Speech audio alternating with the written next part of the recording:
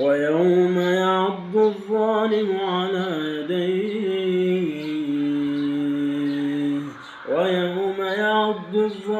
على يديه يقول يا ليتني اتخذت